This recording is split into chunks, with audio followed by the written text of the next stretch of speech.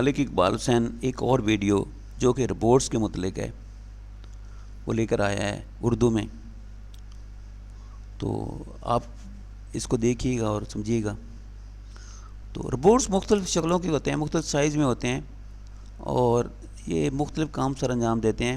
بنیادی طور پر یہ انسان کی ہیلپ کے لیے بنائے گئے ہیں۔ اس میں سے کچھ روبوٹ ایسے ہیں جو ہیومنائزڈ ہیں، انسانی شکل میں ہیں اور انسانوں کی طرح لگتے ہیں۔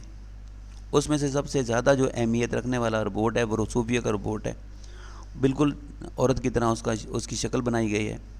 روبوٹ صرف یہ کام نہیں کرتے، تحقیق، خلائی، تفتیش، نگہداشت، تعلیم، تفریح، تلاش، بچاؤ کی تیاری اور بحالی اور عوامی تعلقات اور صحت کی دیکھ بھال کے لیے استعمال کیے جاتے ہیں۔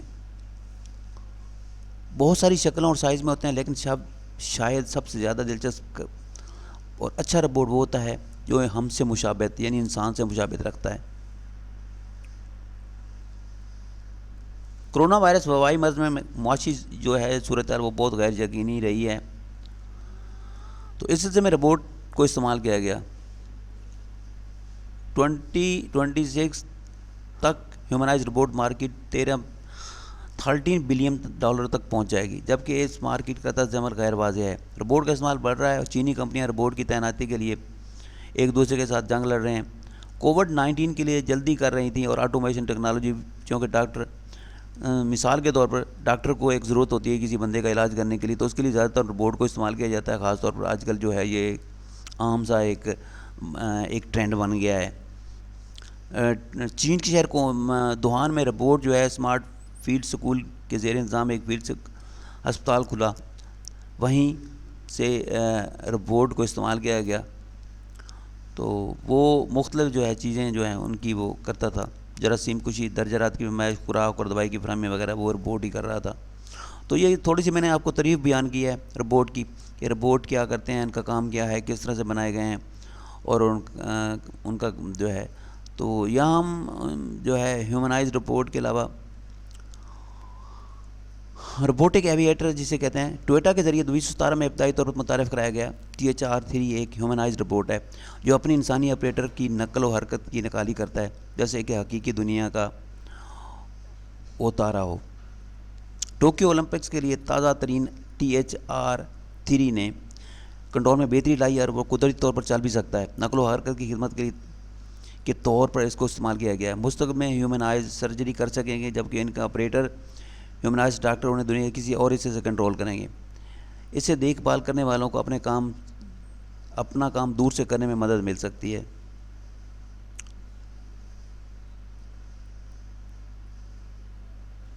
یہ اکثر کہا جاتا ہے کہ انسانی شکل مفید ہے، لیکن روبوٹ انسان جیسے ہی اوزار اور ماحول کو استعمال کر سکتا ہے۔ لیکن ایک اور بڑی وجہ یہ ہے کہ انسانوں کو ہیومنائز شکل میں روبوٹ پر قابو رکھنا سب سے آسان سمجھا جاتا ہے۔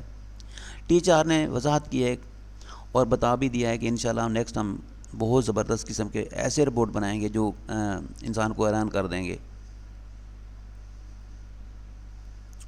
ویسے تو یہ کہا جاتا ہے کہ آئندہ جو ہماری دنیا جو 2050 تک ہماری دنیا ہو جائے گی، وہ تقریباً اس میں ہر کام روبوٹ پہ ہو رہا ہوگا۔ تو اس میں ایک اور روبوٹ ہے جو جس کو صوفیہ کا روبوٹ پہ کہا جاتا ہے۔ ہیومنائزڈ کا سب سے زیادہ پہچانا شہر صوفیہ کا ہے، جو ہانگ کانگ میں مقیم ہنس روبوٹکس نے تیار کیا ہوا ہے۔ ایک معاشرتی ہیومنائزڈ روبوٹ ہے۔ چلنے والا 4 سال روبوٹ سفیر کی حیثیت سے اپنا کردار جاری رکھے گا، جس میں A1 میں 2020 میں سے روبوٹک اور انسانی روبوٹ کے باہمی تعامل پر تحقیق کو آگے بڑھانے میں مدد ملے گی۔ انسانوں کے ذریعے سکھایا گیا صوفیہ پر جو ہے وہ کچھ گفتگو کر سکتی ہے، جذبات دکھا سکتی ہے اور گانا بھی گا سکتی ہے۔ تو یہ تھوڑی سی ایک ڈیولپمنٹ ہے، یعنی روبوٹک کی دنیا میں ایک ڈیولپمنٹ ہے۔ ابھی بہت کچھ کرنا ہے ہم نے۔ اس کے علاوہ تیسرا نمبر ڈیلیوری رپورٹ کا آتا ہے۔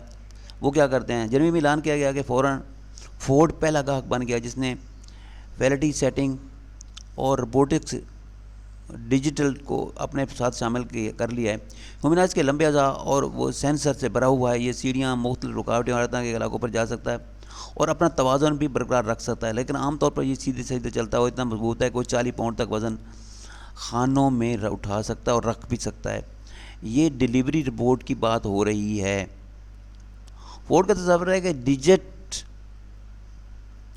بغیر ڈرائیور والی گاڑی میں، بغیر ڈرائیور والی کار میں سوار ہوگا اور گاہکوں کو پیکجوں کی فراہمی کرے گا، لیکن پیچھے سے اس کو کوئی کنٹرول کر رہا ہوگا۔ تو یہ تیسرے نمبر پہ ہے۔ تہران یونیورسٹی میں ریسرچ ہیومنائزڈ ایک روبوٹ تیار کیا گیا ہے۔ ایران یونیورسٹی کے تہران کے میکینیکل انجینئر 2010 سرینا روبوٹ پر کام کر رہے ہیں۔ ان کا جدید ماڈل سورنا چہارم ایک بالغ سائز کا انسان ہے جو مبینی طور پر چہرہ اور آبجیکٹ کا پتہ لگانے اور تقریر کی شناخت کرنے اور ساحل بندے کے ساتھ ساحل کے ساتھ چل سکتا ہے۔ 7 کلومیٹر 7 کلومیٹر فی گھنٹہ کی رفتار ہے اس میں، اور اس کے چلاک ہاتھ سے مختلف اشیاء گرفت میں لے لیتے ہیں۔ یہ ایک اچھا ماڈل ہے۔ انجینئرنگ کے طلباء کو اس کی طرف راغب کیا جا رہا ہے کہ وہ سرینا کا استعمال کریں۔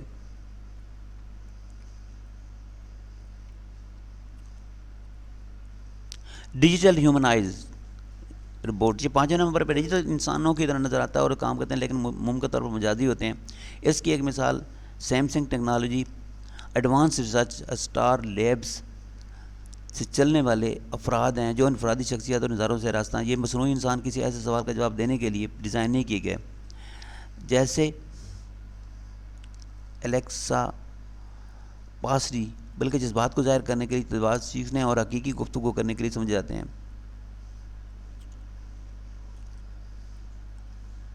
مرضی سے مطابق بنایا جاتا ہے اور یہ ان کی اپنی ایک تھوڑی سی سوچ بھی ہوتی ہے، بندوں کی طرح سوچ نہیں ہوتی، لیکن اگرچہ کہ اس میں پروگرامنگ کی ہوتی ہے اور وہ پروگرامنگ جو ہے ایکچولی ہر چیز پہ معیت ہوتی ہے۔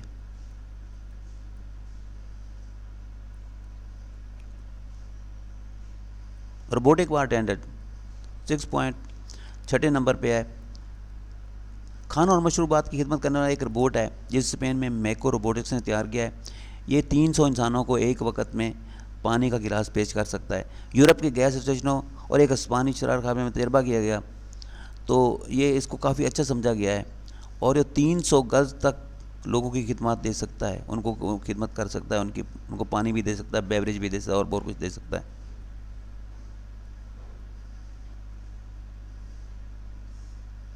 روبوٹک ایکٹر یہ بھی ایک اہم ہے، اور یہ اسی طرح کی کارکردگی کرتا ہے جس طرح سے ہم فلمیں میں ہمیں ضرورت ہوتی ہے روبوٹک کی، تو یہ بھی ایک اہم جو ہمارے پاس ایک روبوٹک ہے۔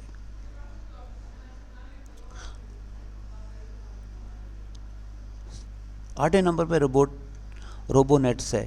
یہ روبو نیٹس جو ہے یہ بھی بہت زیادہ امپورٹنٹ ہے اور 2020 میں اس کو بنایا گیا ہے، اور یہ روبوٹ جو ہے یہ بھی ایکسپیریمنٹل جو ہے وہ ابھی تجرباتی جو ہے ڈیزائن میں ہے، تو مزید اس کو دیکھا جائے گا کہ کہاں کہاں جو ہے۔ یہ دراصل انڈیا نے بنایا تھا اسپیس کی ایکسپلوریشن کے لیے، لیکن ابھی تک یہ اتنا کامیاب نہیں ہو سکا۔ ایجوکیشنل روبوٹ جو ہمارے پاس ہے، یہ بچوں کو ایجوکیٹ کرنا، ان کو تعلیم دینا، ان کو پڑھانا، ان کو سکھانا، یہ سب ایجوکیشنل روبوٹ کی ذمہ داری ہے۔ تو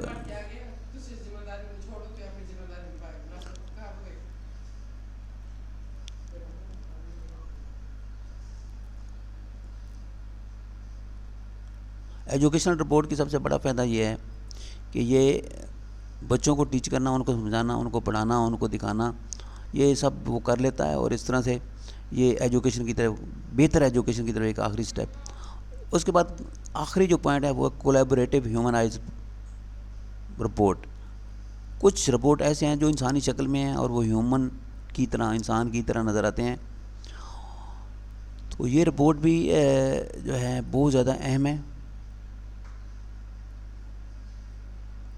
زیادہ تر روبوٹس جو ہیں ہیومنائزڈ اندرونی طور پر انسانی مددگار کے طور پر استعمال ہوتے ہیں، کوڈنگس اور دوسری چیزیں دینے کے لیے، صنعتی یونٹس میں ان کو استعمال کرنے کے لیے، ایک انسانی تحقیقاتی پلیٹ فارم ہے ان کی مدد کرنے کے لیے۔ جرمنی کے کار لیسر انسٹیٹیوٹ آف ٹیکنالوجی سے تعلق رکھنے والے RMR کو صنعتی ماحول میں انسانی کارکنوں کے ساتھ کام کرتے دیکھا گیا ہے۔ تو یہ ساری چیزیں میں نے آپ کو پارٹس ٹائم بائی ٹائم بتا دی ہیں۔ تو روبوٹ کے سلسلے میں یہ ایک اچھی ویڈیو ہے، انشاءاللہ آپ اس کو لائک کریں گے، اس کو پسند بھی کریں گے اور دیکھیں گے بھی صحیح۔ نیکسٹ جو ہمارا جو ہے، یہ میں نے آپ کو ایک چھوٹی سی بات بتا دی ہے کہ آئندہ ہماری دنیا میں کیا ہونے والا ہے۔ دنیا ہماری میں ٹیکنالوجی کی بہت زیادہ ترقی ہو گئی ہے، ہم وہ چیز سوچ بھی نہیں سکتے جو ہماری ٹیکنالوجی پہنچ چکی ہے۔